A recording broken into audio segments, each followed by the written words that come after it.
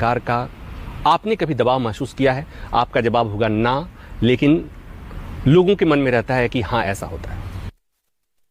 बिल्कुल गलत बात है। मैं तो हमेशा यही बोलता हूँ कि अगर सरकार के अगेंस्ट सरकार के केसेस में सभी जजमेंट सरकार के खिलाफ देंगे तो ही इंडिपेंडेंट जज है, ये तो सही बात नहीं हो सकती। इट इज़ नॉट नेसेसरी कि हर चीज़ में गवर्नमेंट गलती हो, ये धारणा से तो हम देख नहीं सकते। और जहाँ सरकार का गलत है वहाँ सरकार के अगेंस्ट भी हम निर्णय देते, और जहाँ सरकार का सही तो सरकार के बाजू में भी निर्णय देते।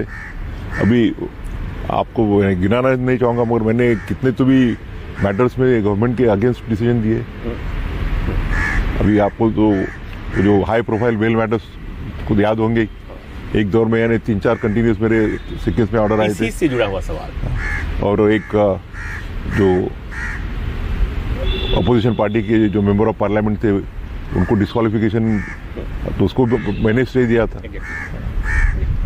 आखिरी का मेरा जो जजमेंट था उसमें मैंने वो जो ट्रिब्यूनल्स के बारे में तो जो पार्लियामेंट ने एक्ट किया था उसको सेट असाइड किया। इसी से जुड़ा हुआ सवाल कि जो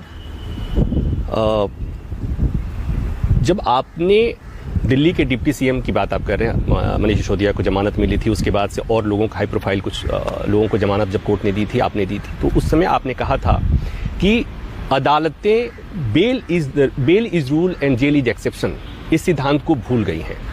और उसके बाद लगा था कि हाँ, देश की सबसे बड़ी अदालत से सबसे ऊंची कुर्सी से आवाज़ आ रही है, ये सब मामलों में इम्प्लीमेंट होगा। लेकिन अभी भी लोगों के मन में सवाल है। दिल्ली दंगे के कई आरोपी हैं, अभी भी 5 साल से अधिक समय से वो जेल में हैं। क्या ये सिद्धांत सब पे लागू होता है बराबर तौर पर, या कुछ मामलों में नहीं लागू होता? Bail is a discretionary relief, और बेल देते समय काफ़ी कंसिडरेशंस किए जाते हैं। प्राइमा फेसी केस है कि नहीं है, फिर वो जो अप्लीकेंट है वो रिहा होने के बाद में इजी फ्लाइट रिस्क, यानी देश को छोड़ के भाग सकता है क्या, या आके और फिर से ऐसे ऑफेंसेस कर सकता है क्या, इन सबको कंसीडर करके हर मामले में इंडिपेंडेंट बेसिस पे निर्णय लिया जाता है। और ये बात तो है कि हर जज एक जैसा तो नहीं रहता, जजेस आर ऑल्सो ह्यूमन बींग्स। तो कुछ जजेस रहते हैं कि जो वो लिबर्टी रहते हैं, कुछ जजेस बेल के बारे में इतने लिबरल नहीं रहते। It all depends on facts of the case. अभी वो केस सब जुडिस है, मुझे उसके बारे में पता भी नहीं, क्योंकि the matters go as per roster in our court.